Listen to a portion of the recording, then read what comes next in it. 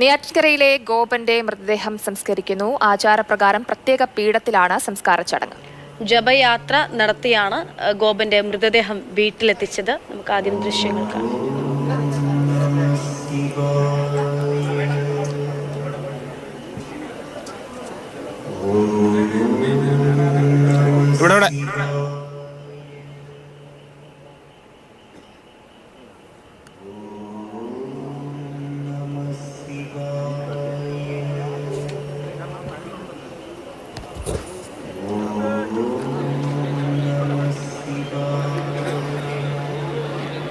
അവിടെ നിന്നുള്ള ചടങ്ങുകളാണ് നമ്മൾ കാണുന്നത്. ചടങ്ങുകളൊക്കെ തുടങ്ങിയിട്ടുണ്ട്. പ്രത്യേക പീഠം തയ്യാറാക്കിയിരിക്കുന്നു. അവിടെയാണ് സമാധി ഇരുത്തുന്നത്. എ.കെ. സ്റ്റെഫിനാണ് വിവരങ്ങൾ നൽകാനായിട്ടുള്ള സമാധി സ്ഥലത്ത് നിന്നും. സ്റ്റെഫിൻ, ജപയാത്രയായിട്ടൊക്കെയാണ് അങ്ങോട്ടേക്ക് എത്തിച്ചത് മൃതദേഹം. ഇപ്പോൾ എന്ത് ചടങ്ങാണ് നടക്കുന്നത്? എങ്ങനെ പുരോഗമിക്കുന്നു? സംസ്കാര ചടങ്ങുകൾ അതിൻ്റെ അവസാന ഘട്ടത്തിലേക്ക് എത്തി എന്നാണ് നമുക്ക് മനസ്സിലാക്കാൻ കഴിയുന്നത്. ഈ പ്രത്യേകം തയ്യാറാക്കിയിട്ടുള്ള കല്ലറയിലാണ് ഗോപന്റെ സംസ്കാരം നടത്തുന്നത്.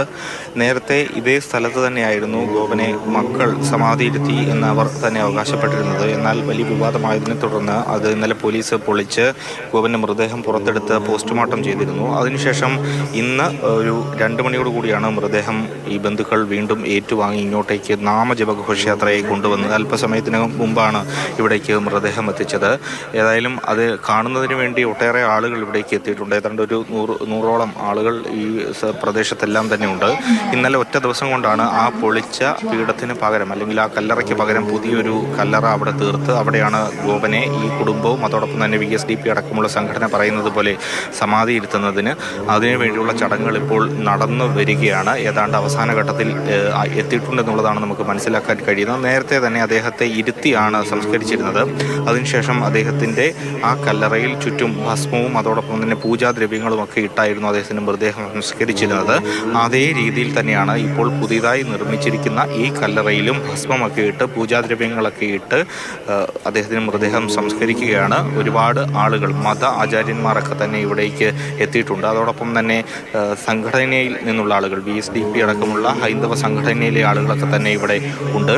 ഏതായാലും ആ രീതിയിൽ ഇപ്പോൾ സംസ്കാര ചടങ്ങുകൾ അന്തിമ ഘട്ടത്തിലേക്ക് എത്തിയിരിക്കുന്നു. ചെങ്കൽ മഠാധിപതി മഹേശ്വരാനന്ദ സരസ്വതിയുടെ നേതൃത്വത്തിലാണ് ഇപ്പോൾ ഈ ചടങ്ങുകൾ പുരോഗമിക്കുന്നത്. ഇന്ന് രാവിലെ മുതൽ തന്നെ അതിൻ്റെ ഒരുക്കങ്ങളിലായിരുന്നു ഈ പ്രദേശം ആകെ, അല്ലെങ്കിൽ ഈ വീടും അതോടൊപ്പം തന്നെ ഇവരുമായി ബന്ധപ്പെട്ട് നിൽക്കുന്ന ആളുകളുമൊക്കെ തന്നെ ഉണ്ടായിരുന്നത്. പ്രത്യേകമായി ഒരു വണ്ടി അലങ്കരിച്ച് ആ വണ്ടിയിലാണ് ആശുപത്രിയിൽ നിന്നും മൃതദേഹം വീട്ടിലേക്ക് കൊണ്ടുവന്നത്. വീട്ടിൻ്റെ ആ ഇന്നലെ ഉണ്ടായിരുന്ന സ്റ്റെഫിൻ, തിരിച്ചെത്താം.